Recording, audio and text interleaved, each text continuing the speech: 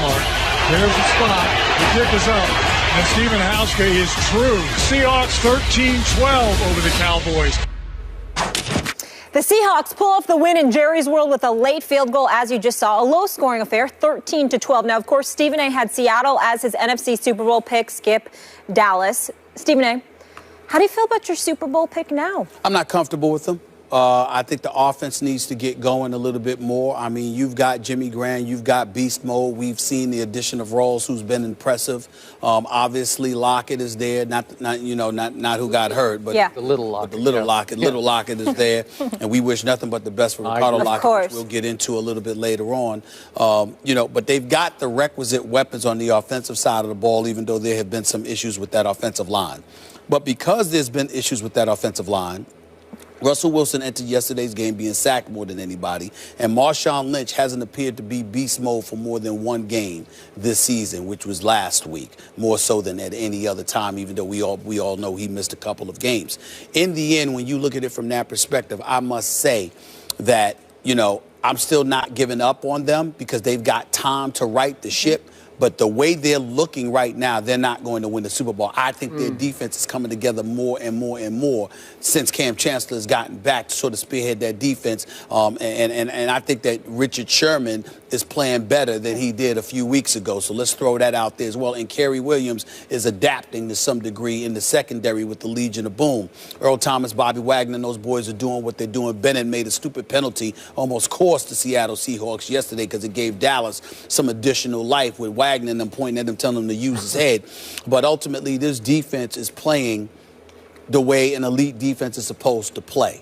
They can't carry the offense, however. Your offense can't be a walking 3 and out. What Russell Wilson was in that last drive to set up the winning field goal, running on a couple of plays, is what makes Seattle most effective offensively. Because when there's the threat of him running and he shows a willingness to utilize it, it makes everybody a bit cautious, and then you can take chances downfield that you otherwise can't take when he's not looking to run the football.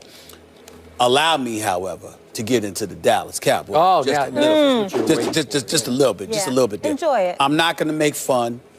This is not the day for me to do it because, again, Aaron Rodgers looked bad. The Giants looked awful. The Steelers lost. Yeah. So this ain't the day for that. And the Mets, yes, blew it, choked. But we'll get into that a little bit later, too.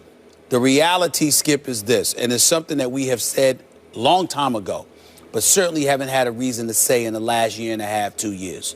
Skip, I think Jason Garrett is a bit overrated. I think somebody needs to say this. Whoever rated it. Well, they were 12-4. They did win a division last year. He got a lot of credit, and we gave that to him.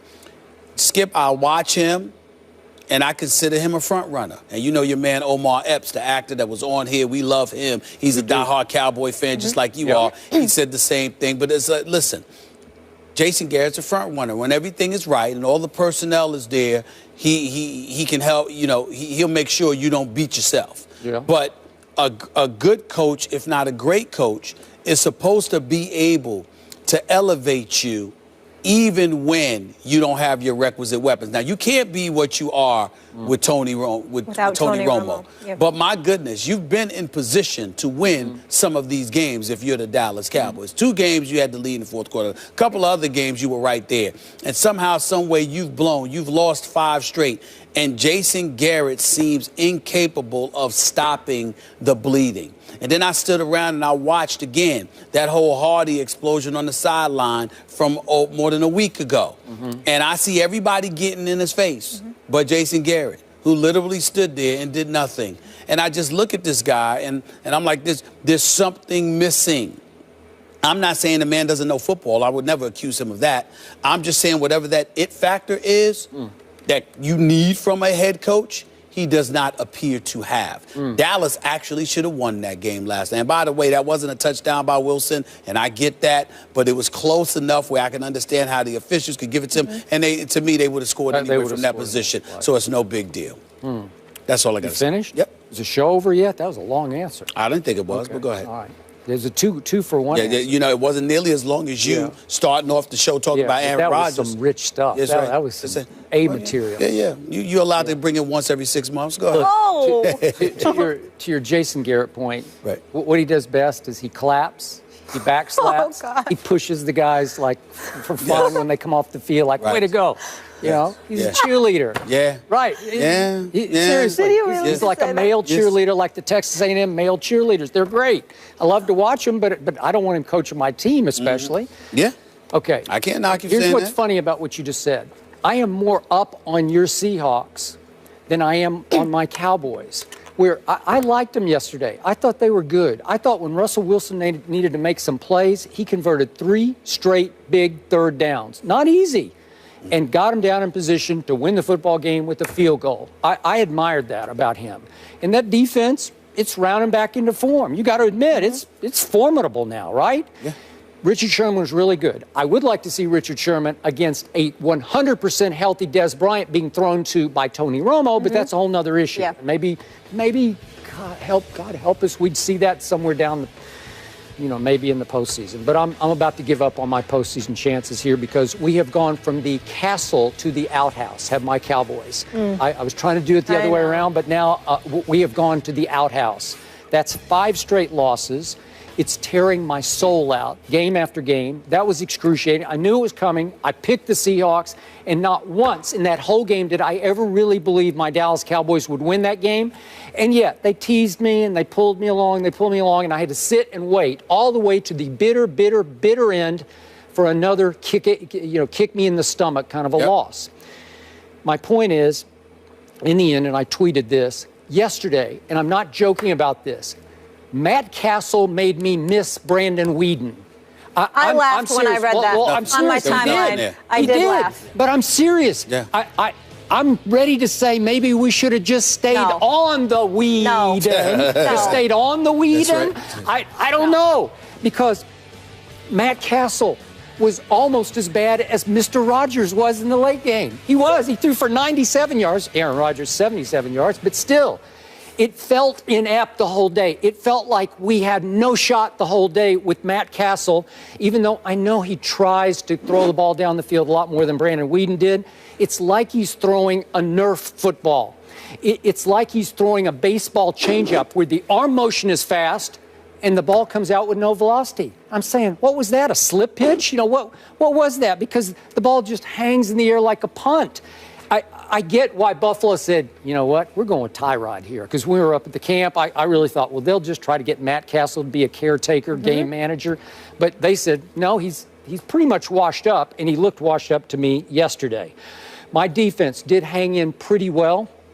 I will give him that, except when it was time to make a play, they couldn't make the play. And finally, obviously, for the first time in 5 games, somebody forced a turnover. Way to go, Greg Hardy. Bats the ball up in the air, intercepts it. And then what happened? Greg Hardy let the 5'10" quarterback for the Seattle Seahawks tackle him, drop him like a big sack of potatoes, tackle him around. Look at this. He tackles Greg Hardy.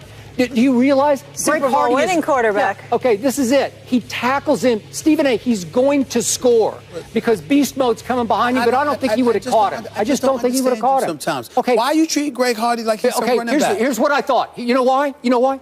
At that moment, I wanted some of the special team players to run up to him and get in his face.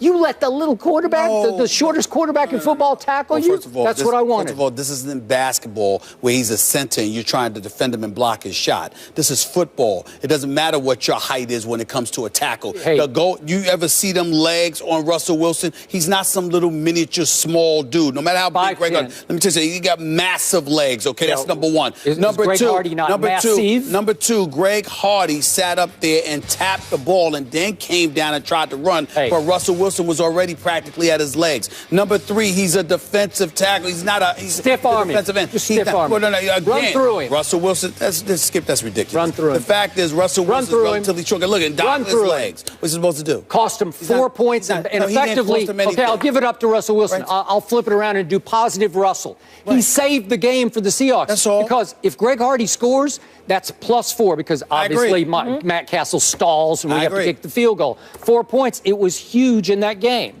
So, well, let's also not forget this. Marshawn Lynch gets tackled out of bounds. You don't get tackled out of bounds. Dallas Billy still had no shot. They had no shot. I never thought I had a shot. He gave them like an additional 40, 45 seconds, which wasn't smart on his part. Okay, you could have given him 3 minutes and 45 seconds, and Matt Castle could not have gotten the ball even in field goal position.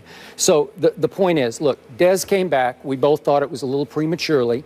He did not look 100% confident pushing off the surgically repaired foot. To me, he just didn't look it. Right. So even with Dez, and it lifted, it obviously inspired the team, and they hung in, blah, blah, blah. But now, can Matt Castle beat Sam Bradford next Sunday at Jerry World? I don't know. I hope so, but I wouldn't bet a nickel on it right now. Depends what Eagles team shows up. Okay, but it's going to come down to that for my Cowboys. I would remind you, once again, we get back to Jason Garrett, because when Jason Garrett took over for the Cowboys, if you recall, Tony Romo was out and John Kitna was your quarterback. All right, Tony Romo's rating at that particular time wasn't bad. I know he wasn't bad. What I'm trying to say is that you went 5-3 without Romo before in the past. You had John Kitna. This time with Whedon, and let me say this to you. I think Brandon Whedon's getting a bad rap. I repeat. The Dallas Cowboys, think about it. You had the lead against the Atlanta Falcons. You were tied in overtime, and that was a defensive miscommunication. Okay. Brandon Whedon. So would you put him back in next week? Yeah, would you go with him? Why not? What do you have to lose? Because, Matt Castle's not, again, like everything you just said, to gain. I would put Brandon Whedon back in there this week. Why not? Because I got to tell you, I thought he got a bad rap. I never thought that he should have been taken out. It just didn't matter whether he did or didn't, because it's the Cowboys. But the flip side to it is that if you're Brandon Whedon, it was not his fault that they lost those games. Yep. It was not his fault. All right. And he did throw a late touchdown pass at the Eagles. He threw an interception against Atlanta, but they had a lead at that time. Now, it sparked their comeback, but you still, even after they scored off of, once they intercepted them and then drove downfield, you still had a lead. So in the end, they were up 28-17 at halftime. And 21-7 prior to that. So the point is, Brandon Whedon put them in positions to win, and there were other factors that contributed to them losing. They should have never taken him out to begin with. That's the point. But he was playing not to lose instead of to win. Well, at least Matt Castle but when has Matt Castle ever played to win? I was. He'll throw it down the field. Brandon Whedon wouldn't throw it down the field to anybody. Maybe they weren't open. You have two quarterbacks. You have none. Bottom line, you need Romo back. That is correct. Seattle's starting to look a little bit like Seattle again. The Royals win their first championship in 30 years, but did the Mets give the title to Kansas City? We'll